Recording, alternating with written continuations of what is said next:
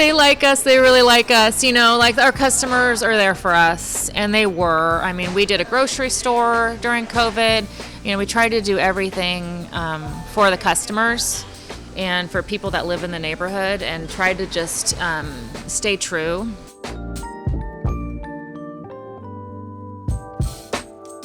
That was Emmy Kaplan, owner of Emmy Spaghetti Shack in the Mission. I'm Jeff, and this is Storied San Francisco. In this podcast, Emmy talks about opening her restaurant on Virginia Street 21 years ago. It was risky then, and continues to be risky to this day. She shares the story of moving to a larger spot on Mission, where the restaurant continues to operate today. Emmy talks about the struggles her restaurant and others still endure due to a lack of funds during the pandemic. She says it, and I'll echo her. Now, perhaps more than ever, please support your local restaurants. Here's Emmy. Well, I'd been talking about this dream for probably about a year, kind of pitching it to my dad, seeing what he thought, and he was kind of like, yeah, it sounds terrible as well. This sounds like a kind of a bad idea. I don't know, where are you going to get the money? And so I just really started saving, building up my credit. But I always have been really good at saving credit cards, even, 18, 19. So, that was kind of how I did it. Okay, you just put your mind to it. And he came across some problems with his tenants and, said, oh, well, yeah, there's an opening in 30 days. They're leaving in 30 days kind of thing. So and this it was is the like, place down here. Yeah, on Virginia. And I said, okay, well, he's like, do you want it? This is, the rent. Yeah. It was just the same rent that they were paying. So I'm like, yeah, I guess. Like, who knows? I didn't know anything about, what to do. Like ground up. Yes. Kind of yeah. But I was dating someone at the time, and he was a bartender. And so we kind of started collaborating on, oh, that could be cool. We could do this, we could do that. And then I roped in, somebody to be a chef. And we just started menu planning and figuring it out. And that's the fun thing to do. Totally. What used to be there before? It was right before you. It was on his Villa. Okay. So it was like not pupusas, it was Mexican food. Yeah. Okay. And was the bar and the restaurant at the old spot, were they considered one business, or was it always separate? Or well, back in the day, people would be creative with their business structure. So I don't want to go into that too much. That's okay. Yeah, but it was a family business. Okay. And when y'all moved in, was anything up front, or was it my stepmother's bar? Okay. So let's fast forward to opening then. Yeah. So it was just a crazy time. Just started, basically moving all my decorations from my bedroom, from my house, like the furniture. I mean, I still, like up until like a few years ago, I still had like the shelves with all the stickers. And so that's where all of that came from. Yep. And just putting stickers on everything. Okay, what's cheap? Sheet metal. Right. Oh, we'll just do chalkboard. And we'll let the kids draw on it. And I hadn't put much thought into children or anything at that time. But about a week before we opened, I found out that I was pregnant. Oh, okay. Okay. So that kind of put a little more fire. Exciting times. A little more fire in my step, right? Or pep in my step. Yeah. And so, my boyfriend at the time, had to be all in too. So he was a bartender, you said? He was a bartender. So we said, okay, we're just going to do it together. Yeah. Amazing. And that was what happened. And it was really fun. I just got all my friends to work there, and I would waitress, and the people, the regulars who used to come in, they would see me, 8 months pregnant waitressing. And then carrying my baby, waitressing. Yes, I love it. Breastfeeding while I'm waitressing. Now I'm bummed I never saw that. It was pretty crazy, fun. Yeah. because we didn't really know that there were other options. Right. And there weren't, because that was our business. So, and then that's kind of how it became so kid-friendly. Okay. Was that Makes a lot of realizing sense. like, yeah, oh wow, people have children, because you don't know that Until it, right. in your 20s, Especially, right. and you don't have any patience for that or the Right. sounds and the things that you need to be kid friendly. Mm-hmm. And so it quickly became a very family oriented place, as well as the late nights. The later in the night when the DJ would come in Yes. and right. Yes. So we were still, 24, 24 with a Still pretty business young. and a baby. Yeah. So we were still raging hard. Totally. Is it fair to say, both looking ends, yeah. back, maybe you were also growing up hella fast with the business and now a kid? I mean, yes. Still raging, I mean, but- still a lot to learn, of course. But, yeah. I was very like financially sound as far as knowing how to manage things in that way at that young age. Good quality even to have. Yeah, that was something that I knew how to do from a very young age. So that's what's kept me going, is like knowing when to like just really skimp on stuff and don't spend any money. Is that it, or and is it also like how to spend money? Or It's more just like don't. try Just not don't. to, and I mean, we grew up, pretty, we weren't wealthy people. So, we knew everything was from thrift stores. Everything is used. Ask about thrift stores, actually. Yeah, absolutely. Because it's something. I mean, we have a couple anymore, but like, it's just it used to be like a really big thing. 80s, 90s, early yeah. 2000s. Like, I mean, it was still a culture. is. It was a culture. It was. Right. But I think And it an just aesthetic. comes from, knowing, like, I mean, that's where I shopped. Right. And, we didn't go to the other stores anyway. I didn't even know there were other stores like Right. that. So it's like, that's just, I don't know what culture you call that, but I mean, to me, it's like we didn't have much money and we really had to be careful. I had to pay all this rent and deal with all of this. Everything was much cheaper back then, which was a little bit easier. Right. But we did struggle quite a bit, and Maybe- it didn't make money for years, but it didn't matter. Maybe it's a culture of necessity. It was fun. Kind of. Yeah, and Totally. it was fun. And also, I had nothing to lose. Right.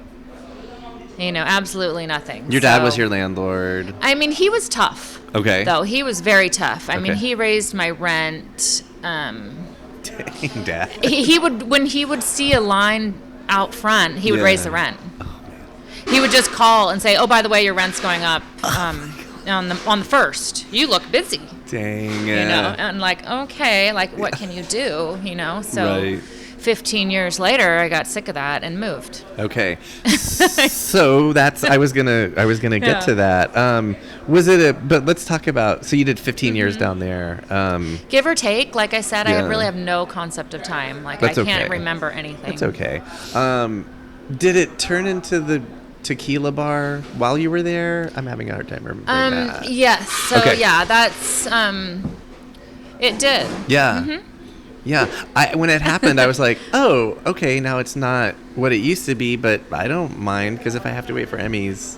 Yeah, And I I can mean, grab a it's drink, kind of it's like like- family drama stuff that happened. Okay. So that's why there's changes. It's just our family dynamics and things, and part Okay. of the reasons why I left and Right. just moved on. And best decision I ever made, But I'm so thankful for having been over there. I have a great relationship with my dad, and Cool. I think partly thanks to me moving and making that decision. Right. Yes. So what's the story? How'd you find us? So I just walked, I would walk the streets as I would, right? And just kind of peek in and talk to the people that work there. Hey, how are you doing? And, just look around like, this place would be cool. And, I work with Jeff, Laurel Realty. He was him and his dad were my loyal customers. And so, I kind of told him what was going on. And it was a fun story where Victoria, she also owns the building. Okay. So, she was in whatever she was doing, trying Okay. to sell. And she was literally about to sign an agreement with someone else. Oh. And I walked in and, started talking to her, and she tore it up. Oh, whoa. Yeah, Okay. It was one of those, like, aha moments. Like, this is the Yes. place.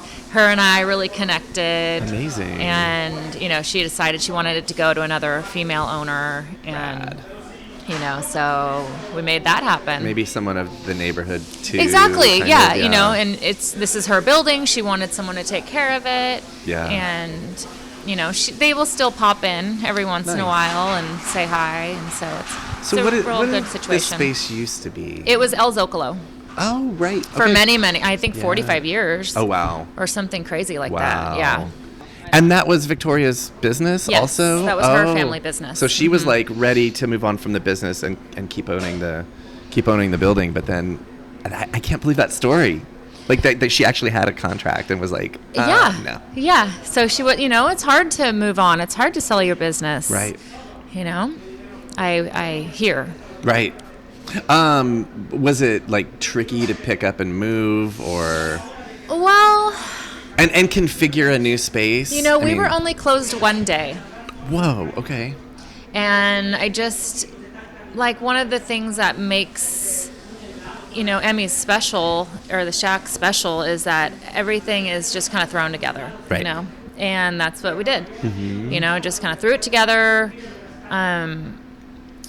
You know, I'd been cleaning and painting, and I do everything myself with just help some friends. I just can't afford to do anything else. I was going to say, good way to not spend money. Yeah, well, I did have to take out a hefty loan to buy the business. Okay. And that was, you know, that I'm still paying that back. Right. So I had to buy her business and then rent from her. Oh, got it. So that's kind of how restaurant purchases happen. Okay. Is you have to buy the business and then you have the lease. And so they're two different things. Does the liquor license transfer, or do you have to get a new one? You have to buy your own. Okay. So yes. you had to do that as well. Were you super excited about the bigger space, or was that intimidating, or what like how did you I view wouldn't it? say intimidating, you know, because as people know, you know, we did have a really long wait before, so it kind of brought the wait down a bit. It's about the same amount of tables, just a few more, but it's just bigger, more space. Right, more space between. Right, between the tables. Yeah, they were all squeezed in. So we have about 5 more tables here than we did at the other place, but we can also add on and do a lot with it. So yeah, I guess it was a little worrying, but I was just excited to, you know, be officially on my own. To have it and to not, you know, not to have anybody breathing down my neck. Right. And raising your rent on the on the reg. You know, or just it's family, right? Totally. Or just, you know, oh, I need this fixed, and you know that building was falling apart, and there was really nothing, as you've seen probably, like they had. It's been. Maybe I think 6 months after I left, it had to be pretty much demolished. Like it was in extreme disrepair. Yeah, falling apart. So it was becoming a health hazard that I didn't want to deal with. Wow. And I didn't have the money to fix anything, and it wasn't my building. Right. So, yeah. I will say, I will assert for everyone that the food for me stayed the same stuff I loved, and then like little things like the menu aesthetic stayed the same. So there was carryover. Yes. How important was that? Oh, absolutely, 100%. Yeah. 100% important. That's the whole thing. I wasn't trying to create a new space. Mm-hmm. It was just moving over. And some people have been like, "Wait, did you move?" after they've been here, right? You know, for half an hour. Right. It feels the same, or they didn't live in the neighborhood, so they don't know all the comings and goings, but that's very important. And some people say, oh, the meatballs are smaller now, but they're not. They're not. I think they just say that because the place over there was so small that they seemed big. I don't know. Right. I'm like, they were exactly the same. We had one, I think the first week we were open, we experimented with one huge meatball on the top, but we couldn't get it warm enough. Right. So that was, all through, you know, that was tricky. like, oh, okay, that could work if you just like cook them right then when you're going to serve the meal. But, you know, we cooked so many meatballs that was going to be impossible. So maybe they're thinking of that one meatball. I don't know. Hilarious. Is the menu, I'm trying to remember now also, though, is the menu bigger? Yes. Yeah, because the kitchen's bigger, The kitchen, right? back at the old place, only had 6 burners. Okay. So we have, how much? We have 12 now. Okay. which is still tiny, and we, we have more room for steaks. And where before, like if we had 3 people order a steak before, that was going to be an issue. So now we can, they're faster. I can have more people back there. And it's 2 ovens, where we only had 1 oven before. Okay. So, yeah, that was exciting for the cooks. They loved that. Right. The bar here, do you want to tell us about that? Because am I wrong, or were you able to like eventually do more here than at the old space with your... It's actually the same exact bar. Oh, it is? So we brought the bar over from there, which I had found on Bayshore, the old, there used to be like a antique mall. Okay. Out there. So I found this bar. I think it was $500 or $800. And I remember that being a fortune. Yeah. Like, I can't believe I'm going to spend $800 on this piece of furniture. But I had that moved over. So it's the same exact size. Okay. Are the offerings the same? Oh, or am I totally crazy? I mean, they're real similar to what they used to be, but we can definitely have more. Right. More drinks. More room. And, our cocktails are great. Like, they're really spirit-driven, and I've just been able to, retain really great employees. One thing I was wondering, because I know at least one person who came from your kitchen to do other restaurants. Are there other... Right? Didn't Kevin used to work for you? No, Josie worked for me. Josie worked. Okay, so I knew there was some kind of tie-in. Josie. I mean, I've had a lot of people go on to open restaurants that have worked here. Okay. Good stories, or? Oh, all good stories. Yeah. Can you tell us some of those? Of course. I mean, my son's dad is Jay Foster. He opened Farmer Brown. Oh, yeah. He helped to open Victory Hall with his wife and their kids, and he opened a lot of different restaurants. So he became very successful in his own right. Did he start in your kitchen, or? Yeah, well, we just started together. Oh, he was your partner that started together. Yes. Got it. Okay. Yeah, so he has done a lot of stuff. Sarah Kernon, she went to open Miss Ollie's in Oakland. So her and Josie, who was my waitress, they opened the front porch together with Kevin. Got it. He was our customer. She's the fried chicken recipe. Yes. Got it. So she, went over there with them. Awesome. And through COVID, new employees. So let's just skip through the whole COVID thing, because... You don't want to talk about it? I mean, it's just kind of depressing. Okay. Because we're hoping that it's over. Right. Well, are you okay with me saying, like, sure. y'all made it? Well, no one's made it yet. Right. Is kind of the thing. Yeah. So everyone keeps saying, "Oh, I'm so glad you guys made it." No, we didn't make it. Nobody's made it. We're in still lots of trouble. Everyone is, unless they got all the funds. So it's really not over for restaurants. It's not at all. Okay. And we have severe debt. Every restaurant that didn't get funded by the government, there's going to be a lot to closures. More to come. And we could close too. You never know. Right. So everything is, but it's kind of always been like that. It's never been like, oh, this is just a great walk in the park. Right. A lot of work. But this has been, I'm so thankful that that we did make it through COVID. I'm thankful that I was able to pay my employees and retain the employees, and that they didn't lose their homes. Right. And that they were able to feed their families, and mine as well. Awesome. So that's the main thing to take away from it. Yeah. And, we'll still be struggling along.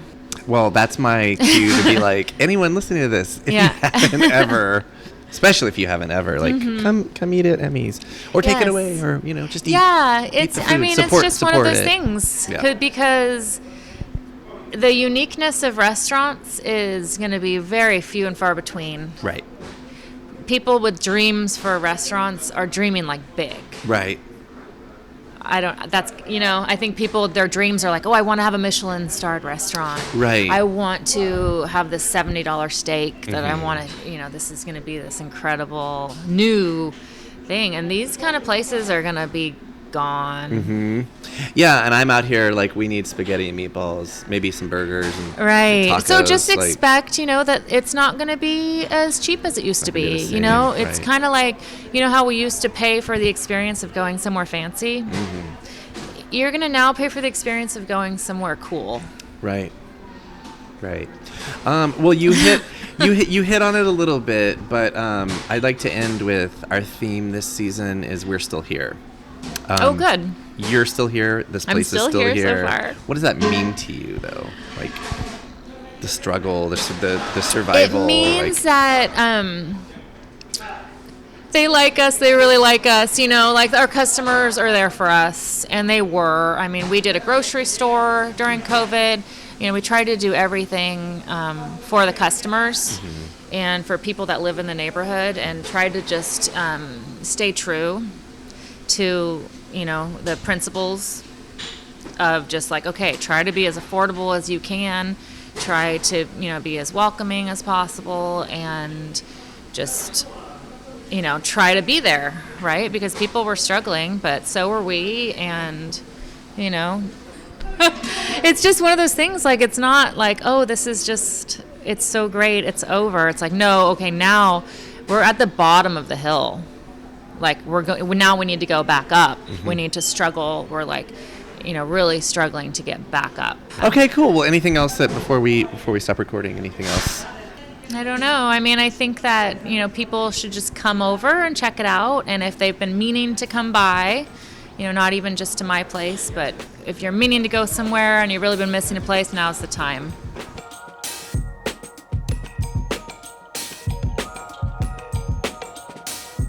That was Emmy Kaplan. On the next episode of Storied San Francisco, you'll meet filmmaker and educator Christopher Coppola. Episode 47 drops next Tuesday in your favorite podcast app. Music for the podcast was produced, performed, and curated by Otis McDonald. Original photography is by Michelle Kilfeather. Aaron Lim of Bitch Talk Podcast is our contributing producer. And the show is produced and hosted by me, Jeff Hunt. Now in our 4th season, we have more than 190 episodes available on our website, storiedsf.com, or wherever you listen to podcasts. If you can, please rate and review our show so we can reach even more folks. We love email. Drop us a line at storiedsf@gmail.com. Thanks for listening. Stay strong, stay healthy, and we'll see you next time on Storied San Francisco.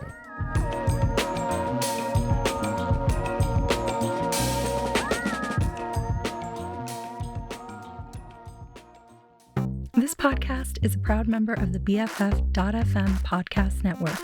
Learn more at podcasts.bff.fm. BFF.FM, best frequencies forever.